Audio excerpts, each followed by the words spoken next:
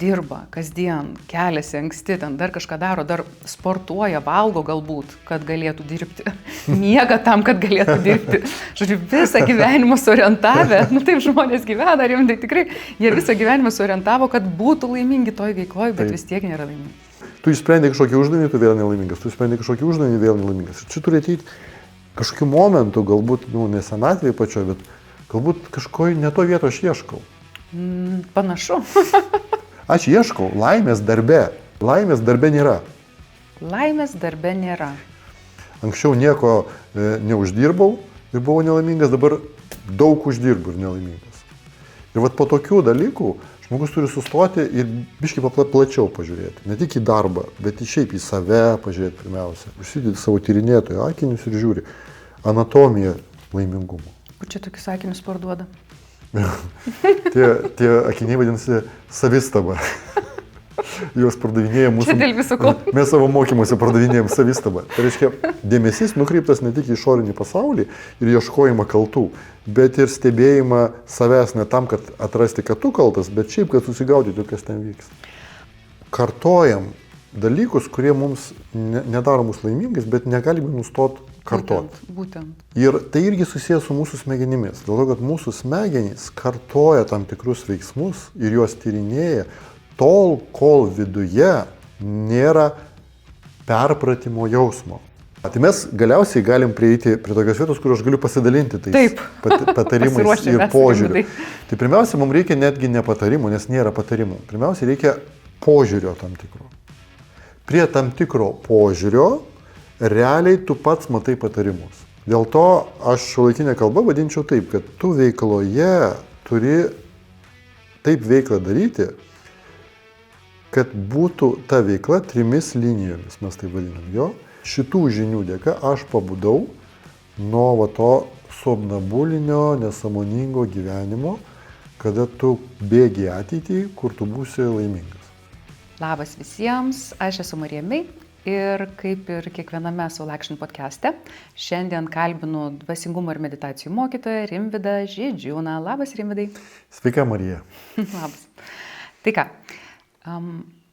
vakar turėjau 2 konsultacijas su 2 žmonėm ir abu žmonės išoriškai labai skirtingi. Pirmiausia, vyras ir moteris. Bet abu jie kalbėjo apie tą pačią temą. Jie norėjo pasidomėti, kodėl jie nelaimingi veikloje. Ir abu turi darbus, kažką uždirba, tarsi kaip ir jau neblogai, bet skirtingais savais būdais abu absoliučiai nepatenkinti.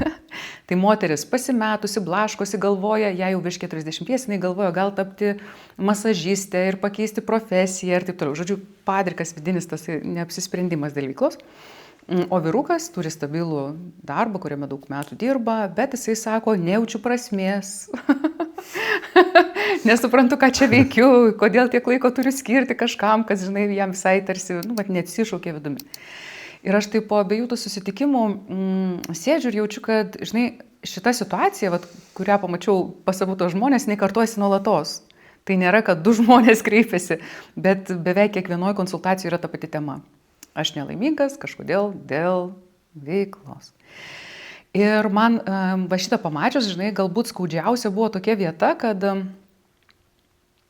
abu žmonės daug daro, kad taptų laimingi veikloje. Tai yra mokėsi, baigia mokslus, aukštuosius, dirba kasdien, keliasi anksti, ten dar kažką daro, dar sportuoja, valgo galbūt, kad galėtų dirbti, miega tam, kad galėtų dirbti. Žodžiu, visą gyvenimą suorientavę, taip žmonės gyvena, rimtai tikrai, jie visą gyvenimą suorientavo, kad būtų laimingi toj veikloje, bet vis tiek nėra laimingi. Ir tą suvoku, žinai, man toksai tiesiog, didžiulis klausimas kyla. Kas yra? Ar su žmonėm kažkas negerai? Ar tik su tais 2 ir visais kitais, su kuriais konsultavausi, kurie konsultavosi su manim, yra negerai? Kodėl žmonija taip gyvena? Visi viską daro dėl veiklos. Bet tokia būklė. Aš atsimenu istoriją vieno tokio nuostabaus žmogaus, kuris lankė mano mokymus. Tai jo krizė buvo tokia, kad jisai iš tiesų labai sėkmingas žmogus ir labai didelės pareigas užimantis ir dirbantis ne tik Lietuvoje, bet per visą Pabaltį ir taip toliau.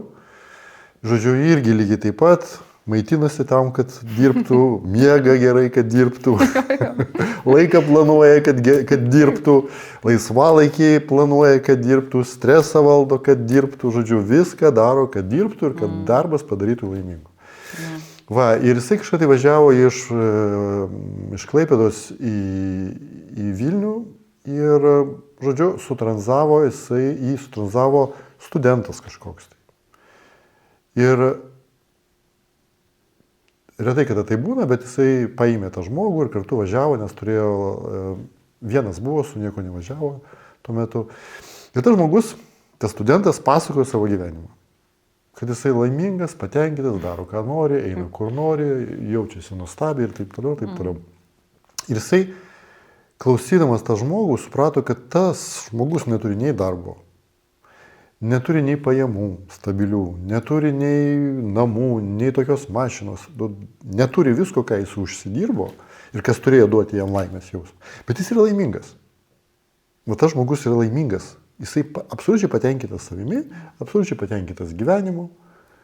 Ir aišku, anksčiau, kaip jisai man sakydavo, aš galbūt būčiau paaiškinęs jam, žinai, kad čia trumpalaikis efektas, va, tu neturi pinigų ir dėl to tu neturėsi kuo gyventi, kur ir taip toliau. Bet tuo momentu neįsijungia tas kritinis protas, kuris gina savo paties poziciją. Ir jis tiesiog klausė ir jį šokiravo. Žinot, va toks jausmas, kad kaip tu supranti, kad tu kažkur ne į tą pusę nuėjai. Nes jisai pats iš tiesų, būdamas studentu, labai nuostabiai gyveno. Labai nuostabiai gyveno. Ta prasme, kad tai yra gražus prisiminimai studijavimo laikais. Ir jisai turi savo sūnų, kuris studentas. Ir eina jo pėdomis. Ir visiškai nesimėgauja nei gyvenimu, nei santykiais, nei nieko, tik tai karjera, toks jo kopija. Ir jisai mato, kad jo sūnus ne ten eina. Nors jisai viską daro tai, ką jisai daro, jis jo copy-paste. Eina ten, kur jis, bet ne ten. Taip, jisai daro karjerą, kaip tik tai anksčiau. O jisai karjerą pradėjo daryti vėliau šiek tiek, kadangi jis yra dar sovietiniai laikai buvo, tais laikais ne iki galo buvo galima tai padaryti. Dėl to tokios sąlygos buvo, kad jis mėgavosi to gyvenimu.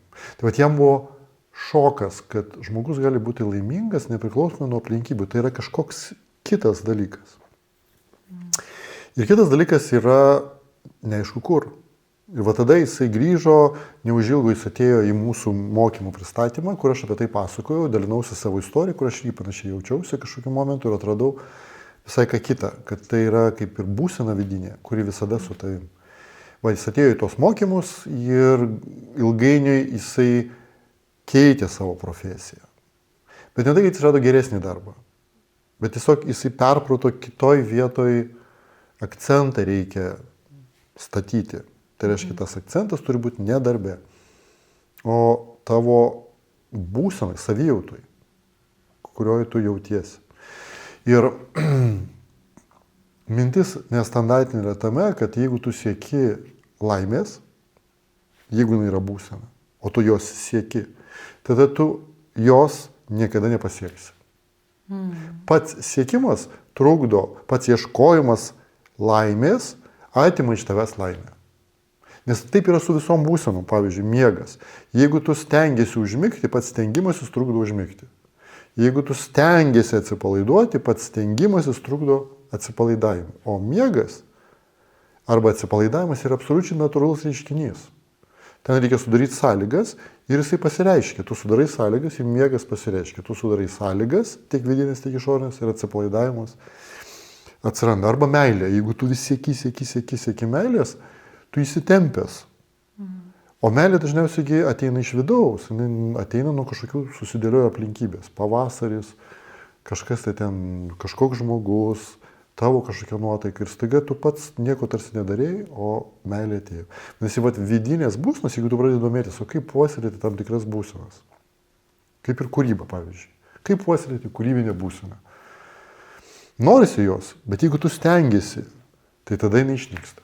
Ir visi, kurie žino, kad jinai kartais mūza nusileido netikėtų momentų ir tada reikia pulti kurti, nes jinai atėjo. Dėl to laimė irgi yra mūzos atnešama arba turi pamatyti išmintį, kokiu būdu tu gali puoselėti tas vidinės būsenas. Girdžiu tave ir kartu įsivaizduoju tos žmonės, su kuriais vakar kalbėjau ir suvokiu, kad jiem bus ganėtinai didelis šuolis, va tai, ką tu pasakėjai. Pabandom gal atsispirti truputėlį nuo anksčiau, bet jeigu tu padėtum pamatyti, nes ir man irgi aktualus klausimas, tikrai yra dėka mokymosi vat, su tavim tiek kai kuriuose srityse jau tu jauti patiri, kas tai yra, vat, kai tiesiog gera daryti bet kokį veiksmą, nuo paties mažiausio iki didžiausio. Bet yra tikrai vis dar veiklos sričių, kur aš irgi tais neišgirščiau ir nesuprasčiau. Tai norisi kažkaip tai gal paieškoti, pirmiausia, paprašyti tavęs pagalbos, pamatyti, o tai kodėl tada kenčia klasikoje žmogus veikloje. Bet yra žmogus, jisai veikloje, jisai nelaimingas, kas gali būti priežastys. Nes visi knygų prisiskaitė. Jie visi Eat That Frog žino, kad reikia ryte pirmas valgyti tą varlę. Ir visi kiti patarimai yra. Tai realiai, jeigu pažiūrėt visą chrestomatiją, kankinimuose darbe, jinai yra tokia. Pradžioj tu kenti dėl to, kad neturi darbo. Taip. Po to tu kenti dėl to, kad tu susirandi tą darbą ir tas darbas atima iš tavęs laiką, kurį tu iki to laiko turėjai, kai nedirbai, energiją, kurią tu iki to laiko turėjai, kol nedirbai. Žodžiu, pasirodo darbas, tai yra ne tik malonus dalykai, bet tai yra tai, ką reikia tau daryti. Ir staiga tu nelaimingas dėl to, kad tiek tai procentų tau yra įdomu, faina, ir tiek yra, kur tau neįdomu, bet tu turi daryti, nes darbas iš to sudarytas. Ir vėl nelaimingas šitoje. Tada žmogus kažką tai ten daro, atranda, sprendžia tą uždavinį, sakantis dalykas, jam viskas gaunasi. Kol kas mes praleidžiam, kaip jis tai padarė, bet jam viskas gaunasi. Jis tikėjosi, kada viskas gausis, kada viskas bus faina, tada jis bus laimingas. Tada jisai būna nelaimingas dėl to, kad jam viskas gaunasi. Jisai pasiekia tos rezultatus ir pasidaro vieniem nuobodu, kitiem beprasmiška, kitiem, tu turi tai kartoti. Pavyzdžiui, tu radai kažkokį tai dalyką, kur visi žiūri, tu radai savo formatą kažkokį, tarkim, socialiniuose tinkluose, kažkokį tavo judesį, kažkokį tu ten kampą pagavai, tu jį darai, visi žiūri. Ir dabar tu staiga nusprendi kitokį judesį padaryti, kitokį kampą padaryti ir niekam neįdomu, nieks nelaikina jokių peržiūrų. Dabar tu turi tiesiog tą kampą ir tą judesį daryti ir tai veikia. Tai reiškia, žmogus randa kažkokį receptą ir pagaliau jo veikla atneša rezultatus. Bet jeigu tu ten pradedi kažką kaitalioti, viskas tas pradeda neveikti. Nes galiausiai tu turi kartoti tas, kas veikia. Ir galiausiai vėl tu nelaimingas, dėl to, kad tau viskas gaunasi. Ir tada prasideda tokie, kaip čia, aristokratiški nelaimingumai, tokie visokie, kad viską turiu ir nežinau, kam visa tai yra, koks nors nuobodulys, nėra kūrybos, nėra realizacijos tame, neaišku kas ir taip. Žodžiu, ir visada nelaimingas. Taip, taip ir skamba. Taip ir yra. Tarsi, ką tu bedarytum, tu išsprendai kažkokį uždavinį, tu vėl nelaimingas, tu išsprendai kažkokį uždavinį, vėl nelaimingas. Ir čia turi ateiti kažkokiu momentu, galbūt, ne senatvėje pačioje, bet galbūt kažkoj ne to vieto aš ieškau. Panašu. Aš ieškau laimės darbe. Jo. Kai laimės darbe nėra. Laimės darbe nėra. Kaip ir laimės nėra santykiuose. Čia kito podcast'o tema galbūt. Kaip ir laimės nėra, tu galvoji, laimė yra nauji namai. Taip, tu turi naujus namus ir po to, ką tu supranti, kad laimė ne naujuose namuose. O tame, kaip tau gyvenasi juose. O gyvenasi tau nebūtinai priklauso tai, kokie namai. Nesigaunasi, kad tu supranti, kad darbe nėra laimės, darbas nesutvertas padaryti žmogaus laimingu. Labai svarbi žinutė. Tai kur tada yra, akivaizdžiai? Jau nėra kur dėtis nuo klausimo.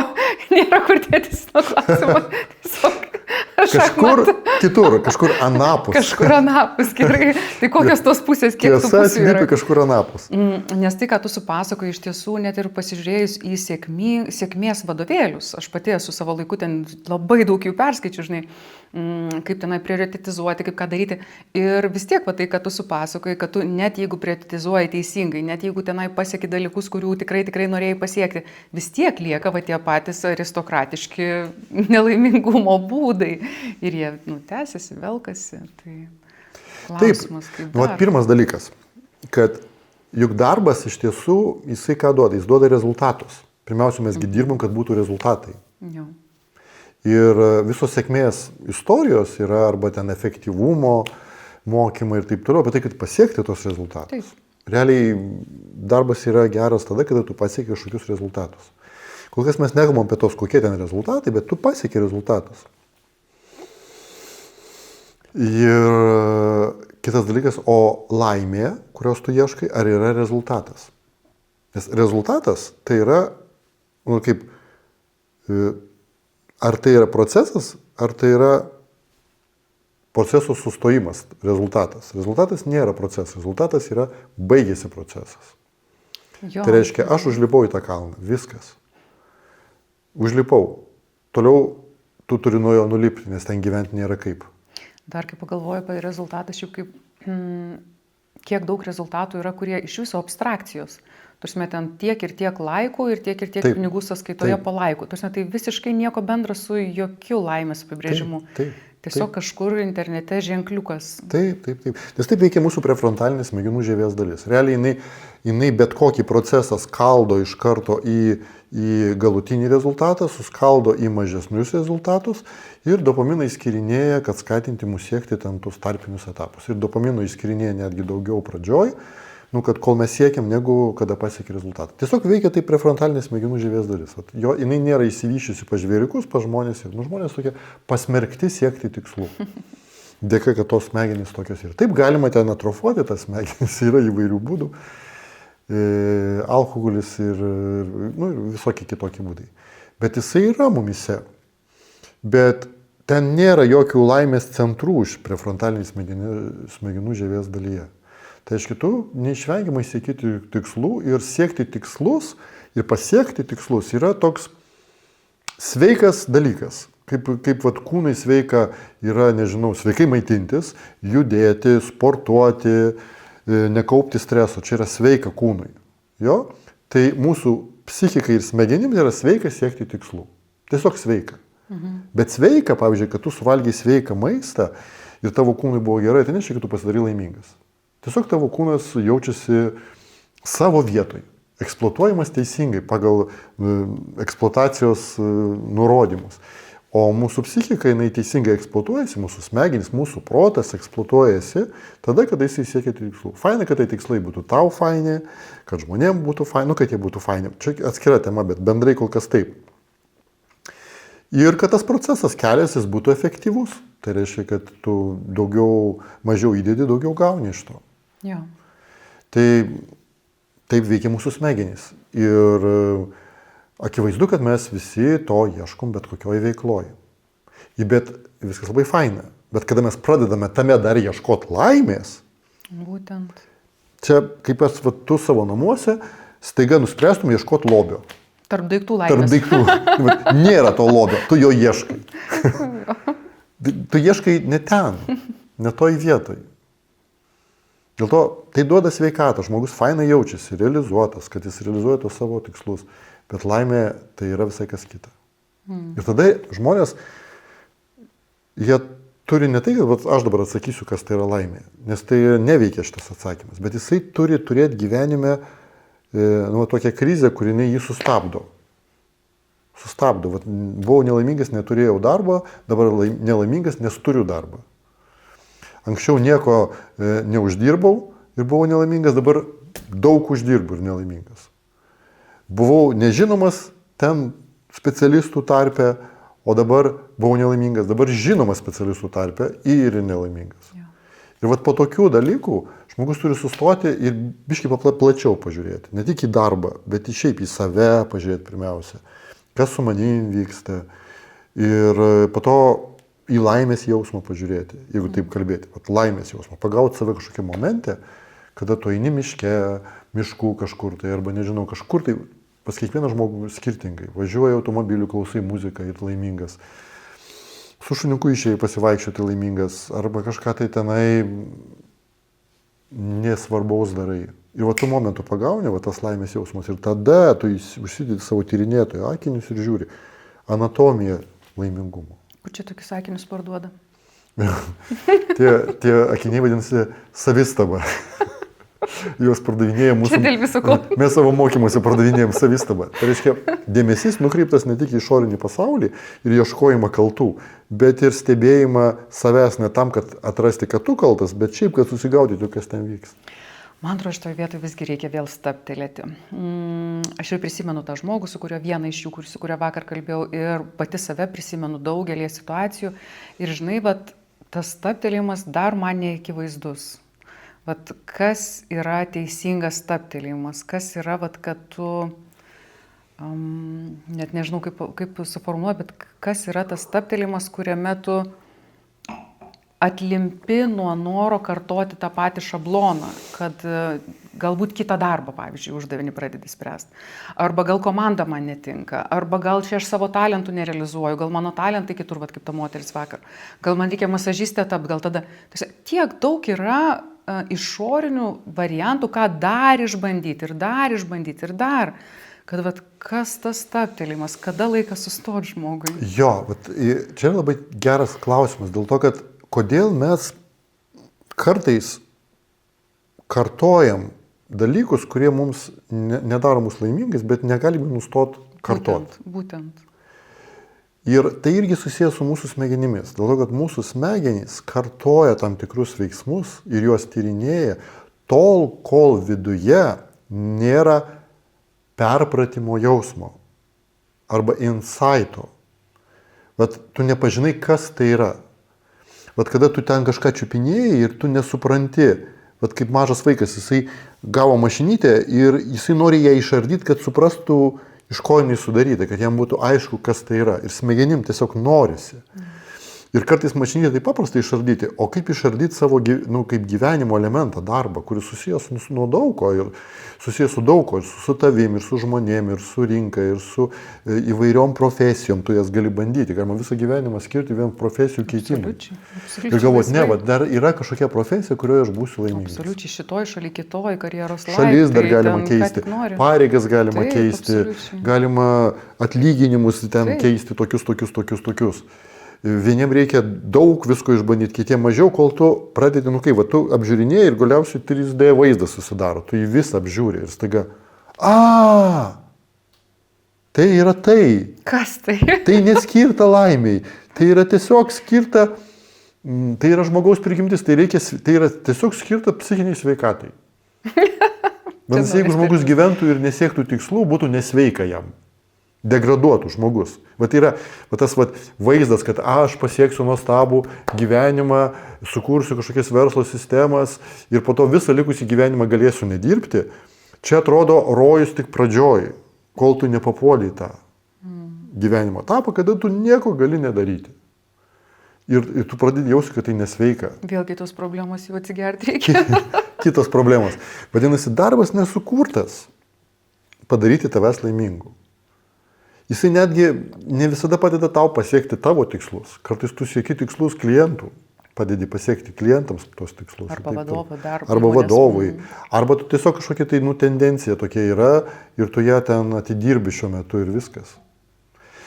Dėl to labai svarbu mokintis atradinėti savo gyvenime esencijas. Tai reiškia apžiūrėti iš visų pusių, o kas tai yra darbas, ir kas yra mano gyvenimas šiuo metu, kaip toks, ir ką tas darbas mano gyvenime dabar veikia.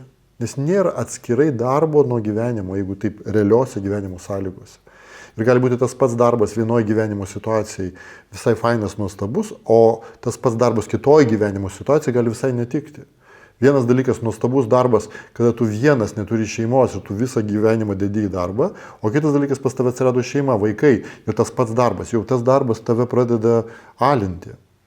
Ir nėra tokio, tu turi žiūrėti visada plačiau, tu matyt turi gyvenimą. Ir toliau turiu dar pamatyti to, ko žmonės nepamato, o savęs nepamato. Ir nepamato esminio dalyko, kas mane daro laimingu. Ir kitas dalykas yra, o kas aš esu, iš ko aš sudarytas, piršto antspaudas, unikalus. Tai vat mano smegenys, realiai pagal šiuolaikinius tyrimus, jos yra visiškai unikalios. Tai reiškia, neuronų specializacija pas kiekvieną žmogų yra unikali. Ir realiai žmogus, kaip piršto antspaudas, vadinasi, tu turi dar specifinius talentus ir specifiškai sudėliotus, kurie yra tavyje. Ir jeigu tu juos suaktyvini ir sujungi, jie veikia. Ir tavo efektyvumas yra tame.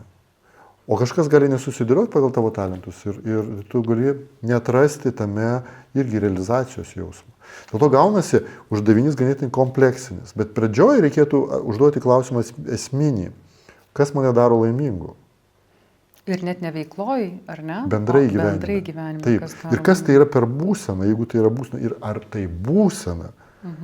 Nes aš, kai tyrinėjau, tai iš pradžių aš galvoju, kad tai būsena, o po to aptinki, kad tai nebūsena, nes būsena yra tas, kas ateina ir po to praeina. Žinai, aš taip dabar klausau ir apie būseną toj norėsiu paklausti, bet man vis dar jaučiu, kad laikosi ta mintis apie talentų tyrinėjimą. Nes taip jaučiasi, kad tai, kaip tu įvardinai, žinai, kad vien čia žmogus gali labai daug laiko skirti ir tikėti, kad dar neatrado to specifinio tobulo junginio, kaip atpažinti, kas yra jo talentas ir kaip tai realizuoti. Ir vien jau dėl šitos vietos jisai gali ilgai pakibti, net nepradėti atsakinėti į klausimą, gal net ten iš vis ieškau. Taip. Tai vat norisi irgi, kad kažkaip dar padėtum pamatyti, kad net ir čia užstrikti nėra laikas, nėra vieta tinkama. Jo, dėl to, kad iš tiesų, kada tu pamatai, kas yra apskritai darbas esencijų žmogaus gyvenime, tu matai, kad jisai yra, ką jis, tavo gyvenime. Jisai realiai taip jis padeda pasiekti tikslus. Tai reiškia, rezultatai labai svarbu, bet ir procesas labai svarbus. Ir procesas, ar jisai teikia mums,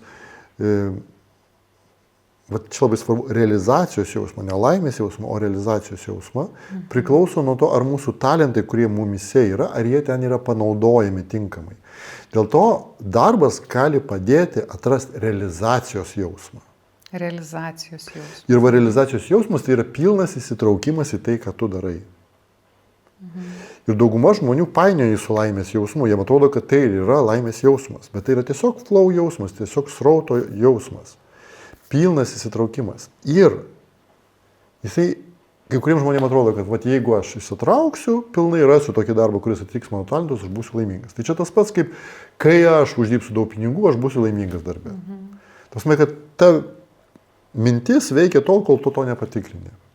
Bet kada tu pradedi, pilna žmonių, galima pažiūrėti per kitus žmonės, yra pilna žmonių, kurie realizuoti. Galim paimti visokius menininkus. Van Gogas. Absoliuti realizacija dailėje, tapyboje. Visiškai realizuotas buvo.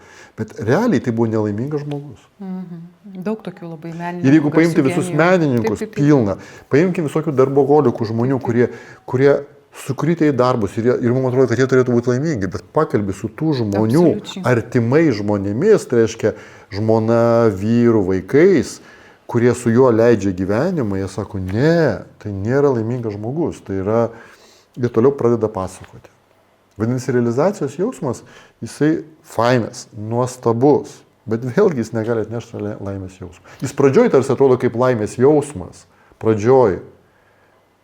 Bet po to tu matai, kad tai ne, kad tai yra daugiau tam tikras apsėstumas.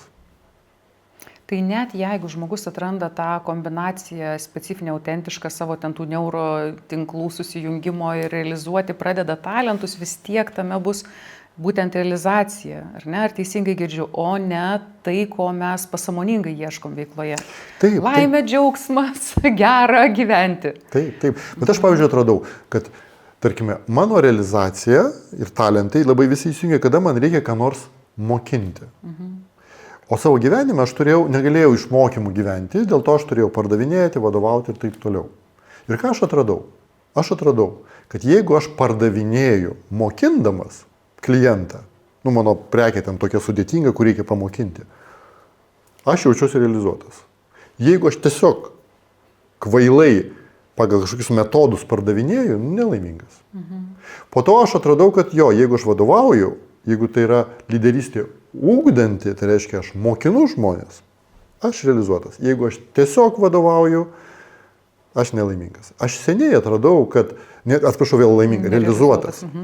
Ir aš aptikau, kad taip, kada aš mokinu, aš visada jaučiuosi realizuotas. Bet aš nesu laimingas. Dėl to čia yra geras raktas apie darbą, apie įsitraukimą, bet tai nebūtinai atneš tau laimės jausmą tiek darbe, tiek netgi gyvenime. Okay.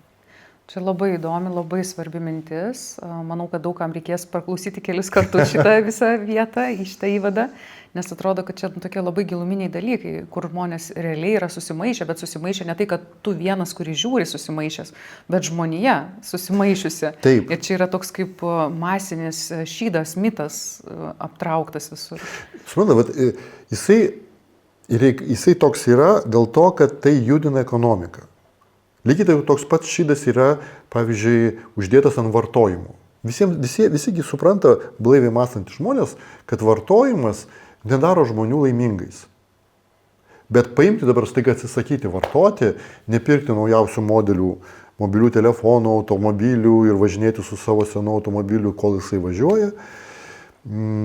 Žmonės galėtų taip gyventi, bet visa visuomenė ir galima sakyti, sociumas visas, jisai supranta, kad vartojimas yra stimuliatorius, variklis, ant kurio sukosi visa ekonomika. Ir jeigu žmonės ims ir atsitapatins nuo šito, pamatys tai, visa ekonomika pradės lėtėti. Dėl to, kaip ir žmonės supranta, kad taip yra, bet vis tiek taip gyvena. Kaip aš žiūrėjau podcastą labai fainą Šiaurės Korėjos specialistų, vieną iš geriausių pasaulyje, išmanančio, kaip jiems ten smegenys susisukia. Ir jisai pasakoja, taip, korėjiečiai supranta, kad tai, ką jie pasakoja, tas visa ideologija, nėra tiesa. Bet iš kitos pusės jie elgiasi taip, lyg tai būtų tiesa. Ir dėl to, jeigu būtų rinkimai, jie 99,9% už tą ideologiją subalsuotų. Bet viduje jie supranta, kad tai neveikia.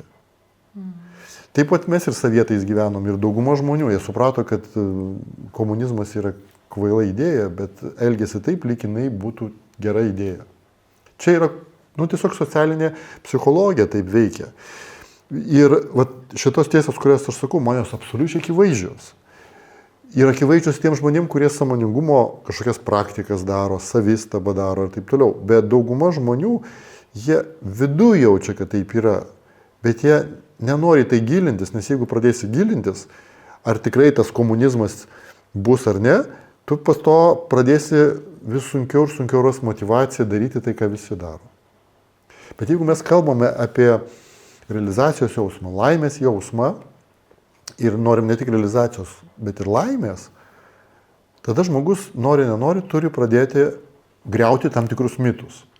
Reikia juos griauti. Nes priešingų atveju tu nesusigaudysi savyje. Ir būsi tada kaip visi, tas šablonas, tokio amžiaus žmonės susirinka ir visi kenčia nuo tų pačių dalykų. Tokio amžiaus kenčia nuo to. Ir toks statistika tu būsi, tavo gyvenimas bus statistika. Ir net be amžiaus absoliučiai visi dėl veiklos, bet kuriuo atveju kenčia. Taip. Okay.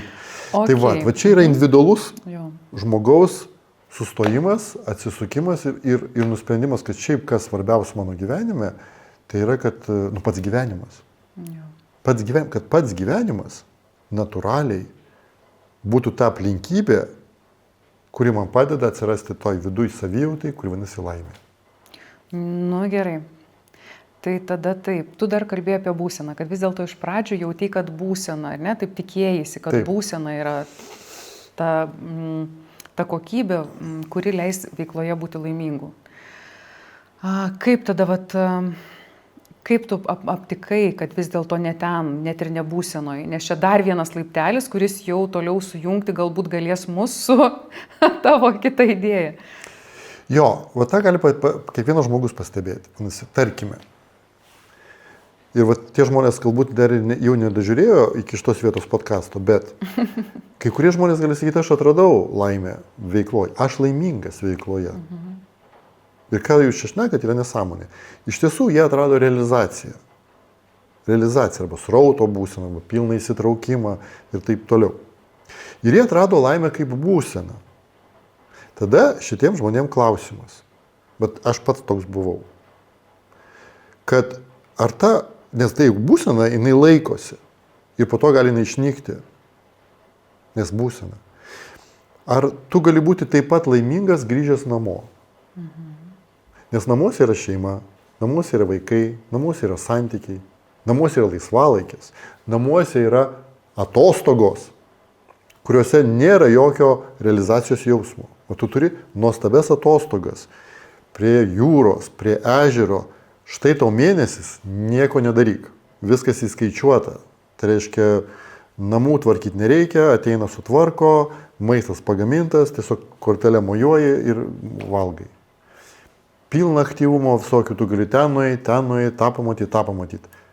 Ten nėra realizacijos jausmo. Nes tas laimės jausmas pasiliko darbe.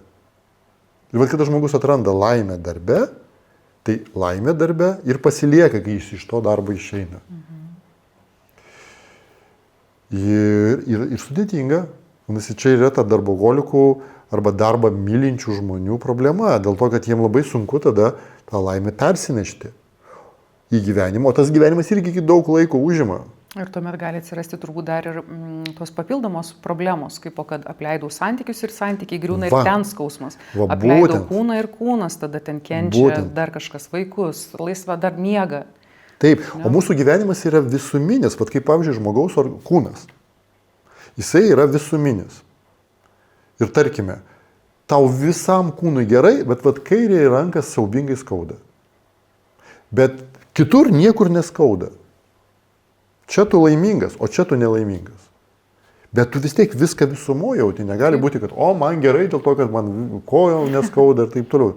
Mums natūralu, kad reikia, kad visą kūną neskaudėtų. Tai lygiai dabar žmogus gali gyvenimą žiūrėti. Darbe man viskas gerai, jokių problemų nėra, aš laimingas. Nueina į asmeninį gyvenimą, ten vienišumas, ten poreikiai nepatenkinti, ten konfliktai kokie nors, ten neįspręstos problemos, ten jokios realizacijos nėra, tavo talentai ten nereikalingi.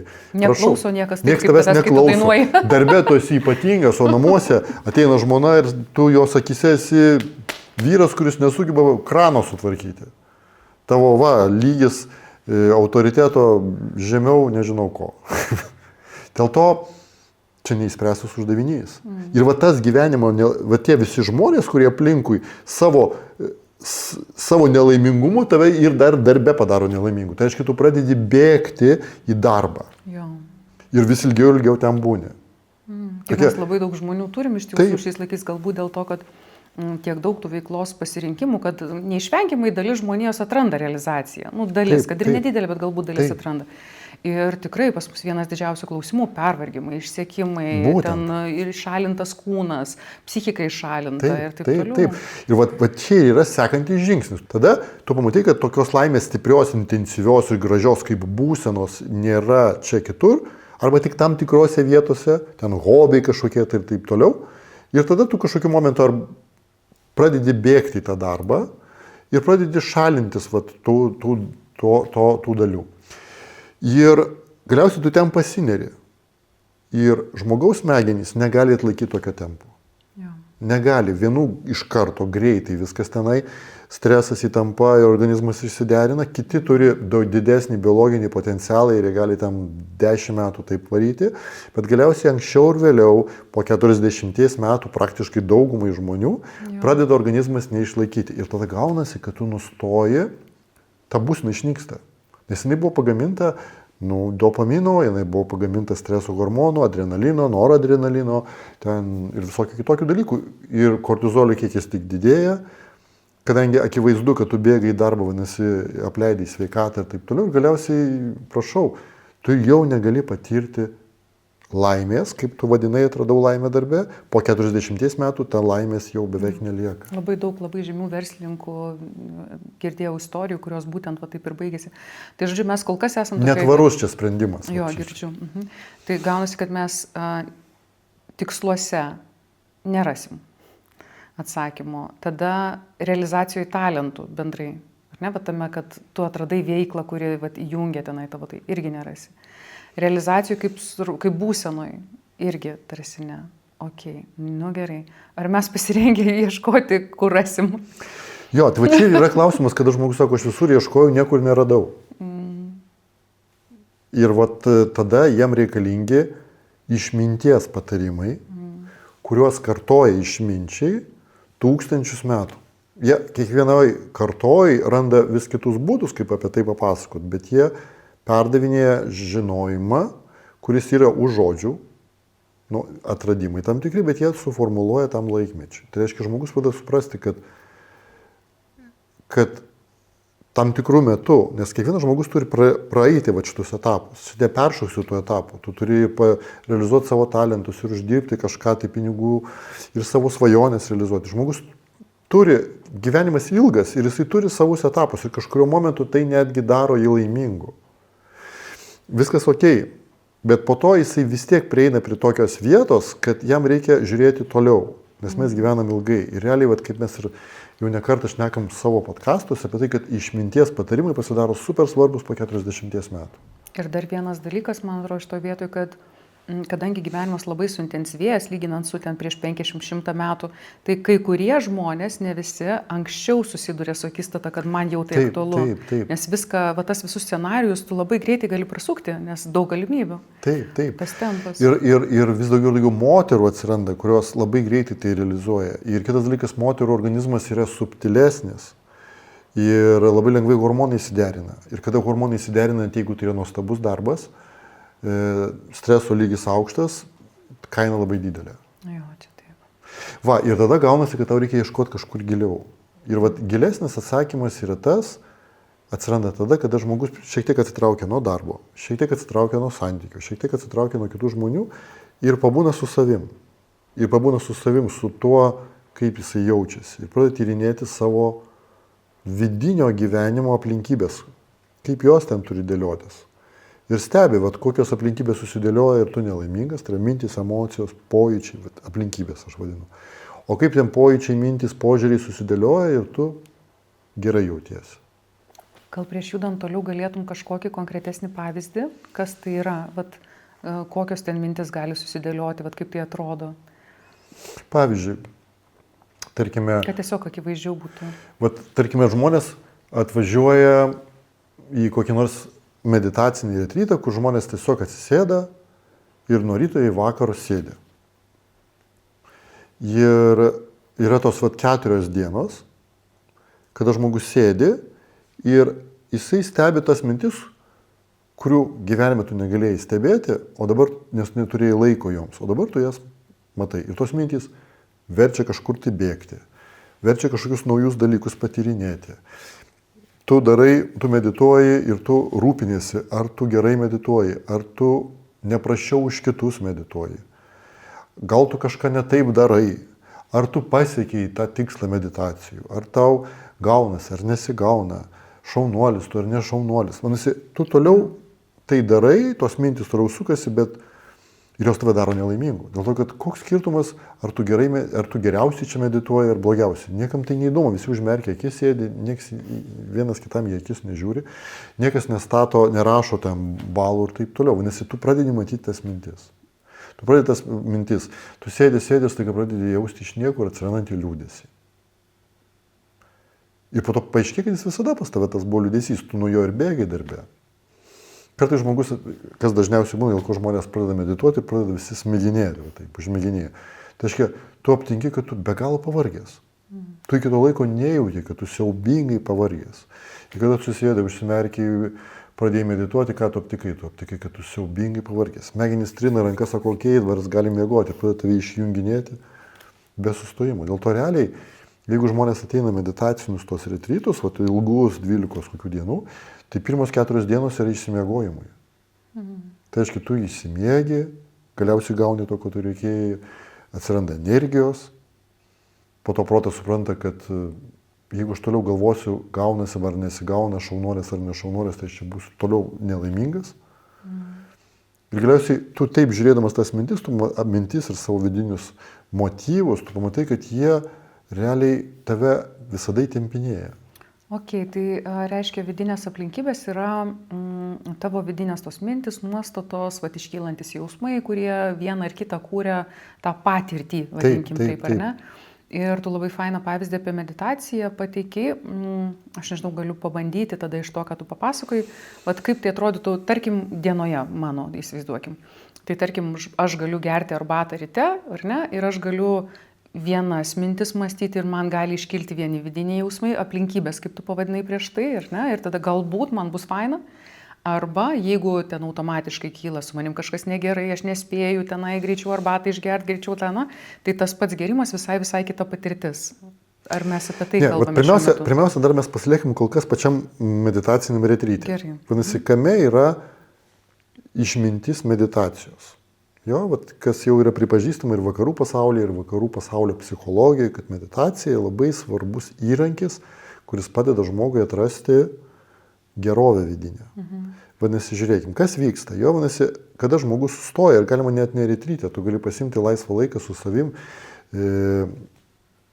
4-5 dienų, atjungti internetą ir tas pats vyks su tavim. Tai reiškia, pirmiausia, tu pamatysi tas visas vidinės aplinkybės, tai reiškia tos mintys. Pirmin, aš turiu suspėti, padaryti, aš turiu planuoti. Dabar pamedituosiu, ką aš po to darysiu, pameditavęs po to dar ką darysiu. Tavo mintis apie planavimą, tavo mintis apie tavo savivertę, tavo mintis apie visokius ten nebaigtus dalykus. Aš kartais siūlydavau žmonėm viduj vizualizuoti tokias dėžutės. Užeina mintis ir tu ant tų dėžučių užrašyta ten ateitis, praeitis, trauma, ten savivertė. Ir užeina mintis ir tu iš karto kažkokią dėžutę ten dedi. Tai ten žmonės priskaičiuoja iki 12, kartais 17 dėžučių, į kurias tu ten sudėlioji tas mintis. Ir kol tu sėdi, tu matai, kad tos visos mintis, kartu su jom einančios emocijos ir kartu einančios su jais pojūčiai, sukuria viduje tą būseną, kur sunku joje būti. Nes meditacija apie ką yra? Apie buvimą. Tiesiog būni. Ir sveikas žmogus, kalbant apie psichiką, tu tiesiog būni ir tau gerai. Maži vaikai, jie tiesiog būna ir jiem gerai. Taip turėtų būti. Tau gera nuo to, kad tu gyveni. Taip yra gamykliniai parametrai tokie pas mus yra. Nes mes sukurti. Ir pa žmogų atsisėda ir jis tiesiog būna ir jam nesigauna gerai. Jis tiesiog būna ir jam nefainas gyvenimas. Ir eina mintis, o jeigu bus tas, tada būsiu laimingas, o jeigu aš tą padarysiu, būsiu laimingas. Ir staiga bet visa esmė yra prasidėti visas šitas mintis. Pažiūrėti, o kas bus toliau. Nes jeigu tu sėdi, žiūri, tau reikia apžiūrinėti tas mintis. Tu matai, kad visas tavo protas užvestas bėgti kažkur į priekį. Arba ten gnaisiotis praeitie. Visi žino apie tai. Bet realiai ką jie pamato? Jie pamato, kad tai iš tiesų daro jį nelaimingu. Dar neaišku, kas daro tave laimingu, bet kas tave nelaimingu, jau tu supranti. Ir tu pamatai tos nelaimingumo atspalvius. Nuovargis, pasimetimas, nuobodulys, beprasmybė, kaltės jausmas, liūdesio jausmas, nerealizuotumas, menko žmogaus jausmas, didelio žmogaus jausmas. Tu pamatai visus tos dalykus ir 50 nelaimingumo atspalvių. Jeigu žmonės toliau sėdi ir tam reikalingas vis tiek mokytojas, kuris iš tiesų realiai gali sukurti tą erdvę, aurą, tokią aplinkybės, tokias, kad žmogus neišsėdi pats vienas. Bet jeigu jis toliau sėdi, ateina toks momentas, kas yra įdomu, kad retryto pabaigoje visi žmonės būna laimingi. Nors jie realiai nieko nepasiekė. Jie nieko tokio nenuveikė, niekur nenujudėjo. Jie nerealizavo visko. Nieko nerealizavo, savo talentų neatskleidė. Ir taip toliau. Bet jie kažkodėl pasidaro laimingi. Ir jie negali paaiškinti, kodėl jie laimingi. Jie aptinka, kad tiesiog taip yra. Man gera nuo to, kad aš esu. Man gera nuo to, kad aš gyvas. Man gera nuo to, kad aš jaučiu kvapą. Man gera dėl to, kad aš jaučiu savo kūną. Man gera dėl to, kad aš jaučiu arbatos skonį. Man gera dėl to, kad aš pabudau ir žvalgausi ir galiu žvalgytis. Tiesiog tu atrandi kažkokius aš vadinu kartais gamyklinius parametrus. Tu grįžti į šaltinį savęs.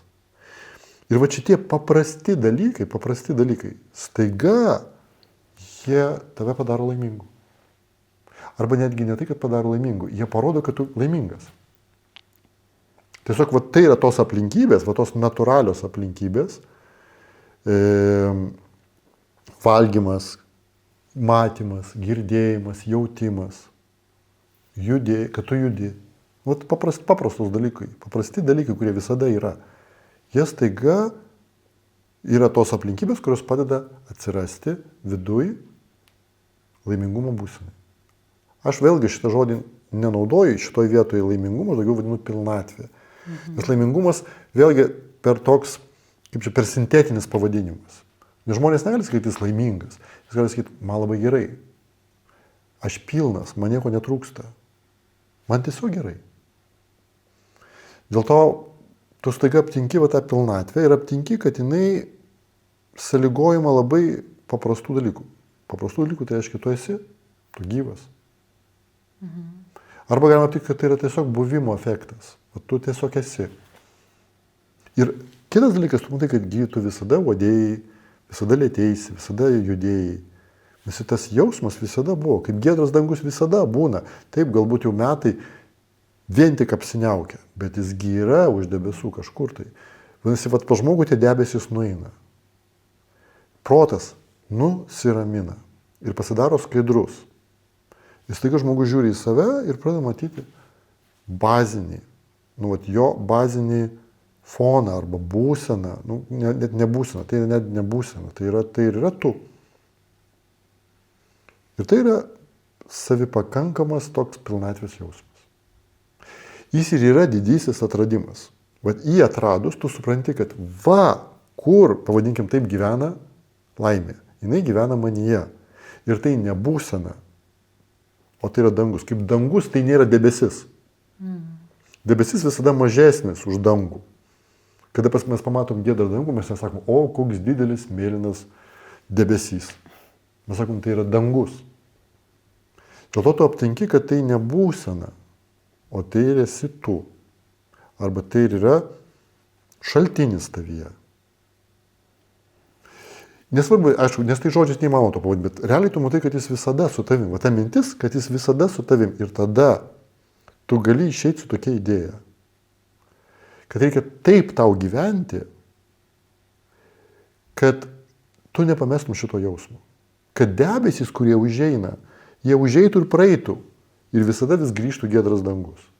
Ir va tada mums reikia taip dirbti, taip organizuoti savo darbą, tikslus ir visą kitą, kad realiai nepamesti savęs arba nepamesti va to ryšio su savo vidiniu giedrumu. Ir jeigu darbas neužtemdo va šito jausmo, tada ir darbe tu ne tik realizuotas gali būti, bet ir laimingas. Bet jeigu užtemdo, tada net jeigu tu būsi realizuotas, laimės jausmo nebus. Ir va čia ir yra išminties atsakymas. Apie tai, kad ne darbe, o viduje visas atsakymas. Ir toliau kaip sujungti. Va čia kūrybinė užduotis. Čia labai didelė atrodo užduotis, nes vien va tai, nuo ko tu pradėjai apie meditacinį retrytą kalbėti, kad retryte pirmas dalykas, su kuo žmogus susiduria, kad jisai kažkur bėga, kažko siekti nori, kažko dar ieškoti. Ir man taip pat, klausant jau tą antrą dalį, kuomet tu pradėjai sakyti, kad link veiklos turbūt panašu kažkas čia bus, bet juk visa veikla apie tai yra. Taip atrodo, ar ne, va to standartinių matymų. Va to vakarietiška filosofija tai yra išsikeli tikslą ir judi link to. Taip. Reiškia, niekada nėra tos apie meditaciją nei kalbos. Visada būtent tai yra priežastis, kodėl tu net medituoti negali. Taip. Tai tada didelis klausimas. Tai čia ir yra klausimas, kuris kyla vakarų kultūros žmonėm. Nes vakarų kultūros žmonės neturėjo tokio žodžio meditacija. Ir meditacija pas mus netgi, jeigu taip reiškia, daugiau sutelktas mąstymas. O tas meditacija kontekste rytų kultūros, tai yra daugiau pauzė, mokėjimas būti be minčių. Nurimtas protas dar. Tai reiškia, nurimsta protas ir tu nieko sutelktai nemastai, o tiesiog būni ir mėgaujasi būties lengvumu, kada protas pasidaro skaidrus, lengvas. Tai va čia yra rytų kultūrai. Pauzė yra labai svarbus reiškinys. Pas mus nėra pauzės ir nėra meditacijos, tokios meditacijos. ten kitas pavadinimas yra jo. Nes mindfulness net pervadino Taip, vakarai. taip. Nes pas mus būtent meditacija yra daryti veiksmą sutelktai. sutelktai, jo, tu sutelktai mastai, va, tai yra pameditavimas, meditacijos. O tai nėra sutelktas darimas, tai yra tiesiog nėra jokio sutelkimo. Tu grįžti į šaltinį, tau gerai ir tu jame ilsiesi. Ir jeigu pažiūrėti visas kultūras, rytų kultūras, jos skirtingos, japonų, kiniečių, indų, tenai, vat, jie turi savyje ir veiklos net filosofijoje, jie turi, kaip čia pasakyti, vietos pauzėms. Jie turi vietos pauzę. Jie ten įvairiai tai vadina, labai įvairiai, čia atskira tema, kaip tai įvardinti, nes japonų kalboje net yra žodžiai specialūs, kurių neįmanoma išversti, jie apie pauzes. Jo, net labai lengva įsivaizduotų archetipų, vien iš filmo elementariai, jeigu nežinai ten kultūriškai kažkokių didelių dalykų, bet kad rytų kovos menuose, vat, pavyzdžiui, ten visą laiką tos akimirkos, kai jie ten rodo meistrus, kurie sustoja, sustingsta, tai kavos ceremonijas, kur mes matom ten irgi per filmus, kuomet visada ta ramybė sutelktis, tokia tylos pilna aplink. Ten yra archetipai, aš dabar galvoju, kad mūsų vakarų kultūroje nėra tokių archetipų, net, pavyzdžiui, kai mes galvom apie kokius nors ten genialius menininkus, aistringus, kurie įkvėpė visą pasaulį, Michael Jackson ar kažkas nesvarbu, bet dabar filmai tos rodo, ten yra realizacijos srautas, ten yra tas, kad jie vos neapsėsti, dieną naktį kažką daro. Taip. Visai kita kultūra. Net šventieji, bet pažiūrėkim, pas mus šventieji yra ta realizacija žmogaus, šventasis jo, tai aiškiai jis kažką veikia, jisai dėl žmonių kažką tai jis kenčia, jisai ant kryžiaus nukryžiuotas, jisai šventasis ėjo, aukojosi dėl kažko, tai tuosme jisai yra veikloj. Jeigu tu nuvažiuoji į rytus, tu visur matai sėdinčių žmonės, ten nėra nukryžiuotų šventųjų, ten yra Buda, ten yra Šiva sėdintis, jie visi sėdi meditacinėse būsenose ir jų veidai yra ramus, su lengva šypsena. Kiniečių, pavyzdžiui, kada kiniečių filmuose, kada vaizduoja aukšto lygio meistrą, kad jį suvaidintų, aktorius kovodamas, jo veide neturi būti streso jausmo. Jis yra visiškai ramus, palaimingas ir kovoja. Ir neaukšto lygio specialistas kovoja ir visas įsitempęs, degančiom akim, pykti, agresija arba ten, visas dedikuotas tam. O pas jūs gėris iš tiesų, gėris yra atsipalaidavęs, ramus, pauzėje veikiantis. Ok, gerai, apžiūrėjom archetipiškai kažkokie tokie abstrakčios plūdurioje vaizdinių tokios idėjos. Tai bandom grįžti tada, tai mes visgi vakaruose, mes norim daryti veiklą ir kaip tai padaryti čia. Tai mes galiausiai galim prieiti prie tokios vietos, kur aš galiu pasidalinti tais patarimais ir požiūriu. Tai pirmiausia, mums reikia netgi ne patarimų, nes nėra patarimų. Pirmiausia, reikia požiūrio tam tikro. Prie tam tikro požiūrio realiai tu pats matai patarimus. Dėl to tas požiūris yra, sakykime taip, filosofinė. Vat kaip ir tai turi savo filosofiją. Ir ta filosofija, jinai įtakoja santykius, įtakoja veiklą, įtakoja meną, įtakoja gyvenimo būdą, viską. Vadinasi, čia irgi turi būti filosofija. Ir vakarietiška filosofija irgi galima ją praplėsti ir pamatyti, kaip tai gali atnešti žmogui ką? Ne tik realizacijos jausmą, bet ir ryšį su savim. Su savyje gyvenančia pilnatvė. Tai reiškia, vėlgi tas žodis autentišku būti, jisai suprantamas, kad tu autentišku, tai reiškia kažkuo būni. Ypatinga asmenybė. Taip, o čia autentiškumas tai yra buvimas aš esu, buvimas pilnatvė.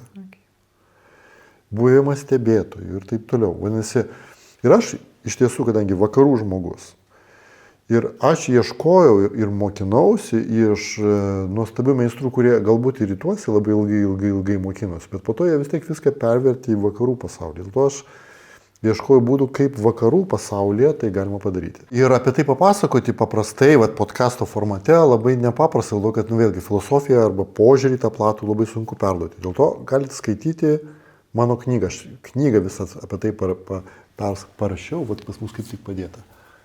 Meistro kelias yra visa išsami mano kelionė supasakota, kaip aš tą atradinėjau, kaip aš tą vadinau. Ir po to, aišku, perskaičius knygą, jūs galėsite pagauti tą esmę, kurią aš dalinuosi ir patys savo taip, kaip norėsit pavadinti. Bet jeigu čia pasidalinti tokiu esminiu požiūriu, nes reikalingas visuminis požiūris. Tai reiškia, požiūris turi būti toks, kad tu neprarastum savęs darbe, bet neprarastum ir žmonių, kuriems tu darai, nes darbasgi skirtas dar ir žmonėm, integracija žmonėm. Ir lygiai taip pat tu turi neprarasti dar didesnės visumos, kurioje viskas vyksta. Ir galima tai vadinti, kaip nori. Vat, turi neprarasti, jeigu senovinė kalba, ryšio su Dievu. Visi senoviai žmonės, net jeigu kalbant apie mūsų vakarų filosofiją, žmonės atrasdavo tą, ką mes pasakojam, tokiu būdu, kad jie dedikuodavo savo gyvenimą, savo veiklą arba savo veiklos rezultatus Dievui. Vadinasi, mums reikia rasti, atsispirti nuo šitų dalykų. Žmonės aptikdavo, kad jie kažką dėl Dievo daro ir staiga tu pradedi aptikinėti tą viduje esantį šaltinį. Dėl to aš šiuolaikinę kalbą vadinčiau taip, kad tu veikloje turi taip veiklą daryti, kad būtų ta veikla 3 linijomis, mes tai vadinam jo, kad ta, ką tu darai, tiek procesas, tiek rezultatas, būtų skirtas 3 linijom dėl savęs, kažką tu personaliai gauni iš to, kalbant apie, ką mes šnekėm, ar realizaciją, ar pasitenkinimą, arba dar kažką tai. Lygiai taip pat veikla atneša kitiems, tai reiškia žmonėms, kažkokius rezultatus, džiaugsmą ir taip toliau. Ir 3 linija, galima ją pavadinti Dievu, arba galima pavadinti šventai vietai, tai reiškia kažkokiai didesniai visumai. Na, pavyzdžiui, paprastas pavyzdys, aš kažką tai darau ir aš iš to pats gaunu ir realizacijos jausmą, ir pinigus, po to mano prekė arba mano ta paslauga daro ir aš matau, kaip daro žmonės laimingus, jiem padeda lengviau gyventi. Ir lygiai taip pat 3 šventa vieta, labai skirtingai, mes galėsime apie tai pašnekėti, kas tai šventa vieta. Na, tarkim, žmogui šventa vieta Lietuva yra. Ir tu matai, kad tavo rezultatai ne tik žmonėm naudingi, bet ir visai Lietuvai.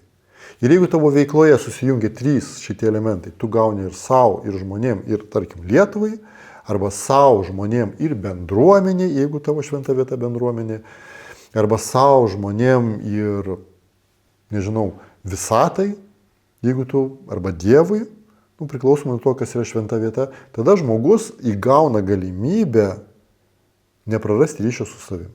Nes jam reikalingas, kaip čia pasakyti, jeigu fizikinis toks pavadinimas, jeigu tu jauti X, Dekarto koordinačių sistema, jeigu atsiranda X, Y, Z, tada atsiranda 0. Arba galbūt, kaip tu pradžioje paminėjai apie kūno paralelę, kad jeigu ten su ranka kažkas negerai, tai tu negali jausti visos bendros sveikatos. Tai ar teisingai girdžiu, kad jeigu tu vienas medituoji, tai tada tu į save susitelkęs jau pakanka tau, kad tu jaustum tą būties pilnatvę. Bet jeigu tu ateini į veiklą, jau čia tu turi tam, kad būtų visumos sveikata, integruoti 3 šitos elementus. Jo, ir realiai viskas vyksta kaip? Niekas nevyksta izoliuotai.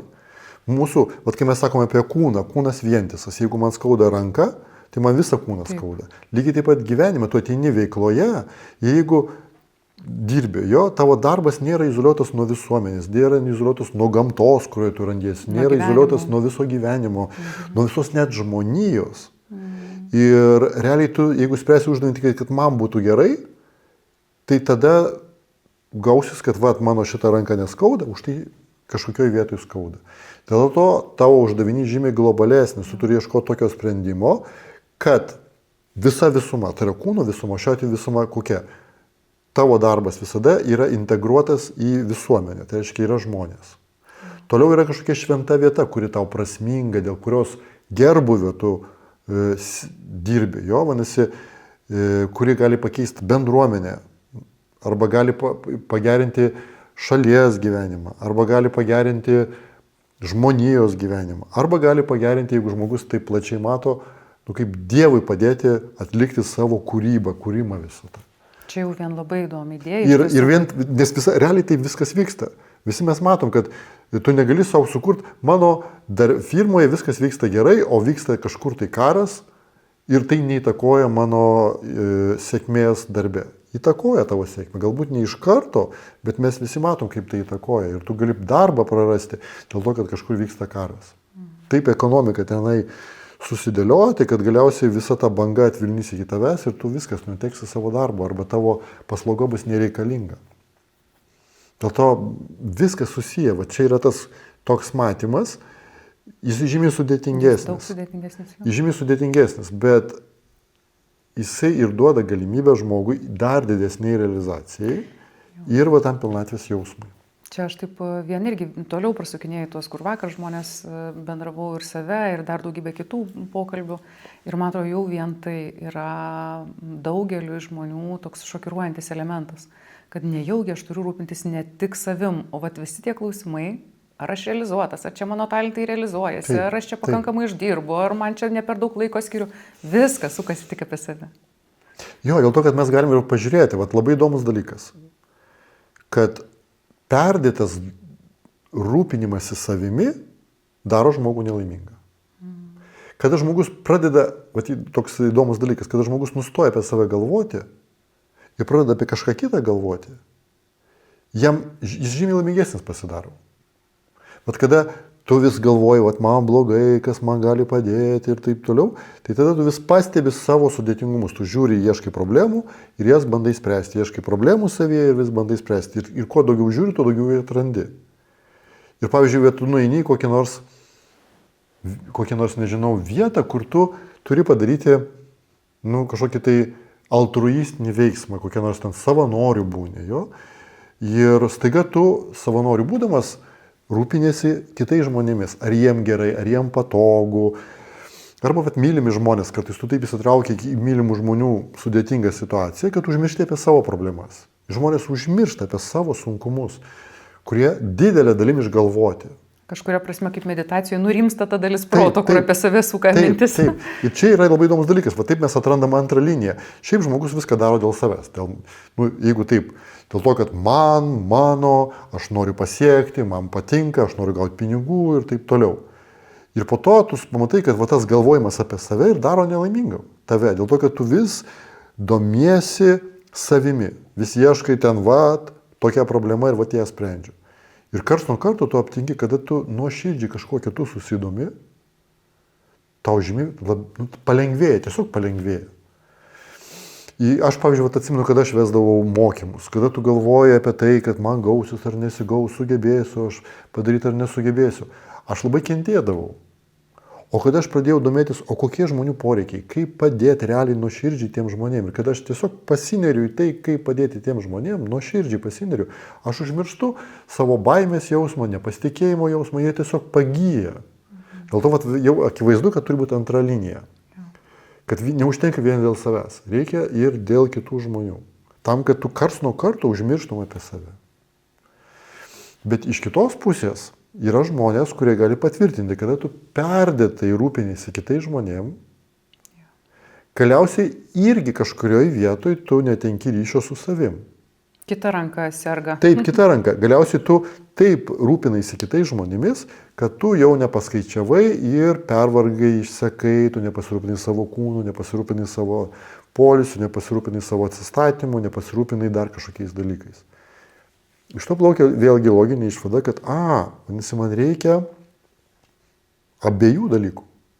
Galima vėl į kraštutinumą, tik savim domėtis. Ir kai tik pradedi savim domėtis, vėl ten pilna skausmų, vėl pilna problemų ir vėl nesibaigiantis šaltinis. Bet kada tu pradedi ir savim domėtis, ir save girdėti, ir girdėti kitą žmogų, ir tą jauti, tada tu pradedi jaust, kad tau jau lengvėja. Jau lengviau. Vadinasi, tu rūpiniesi kitų žmogum, myli kitą žmogų girdėdamas save.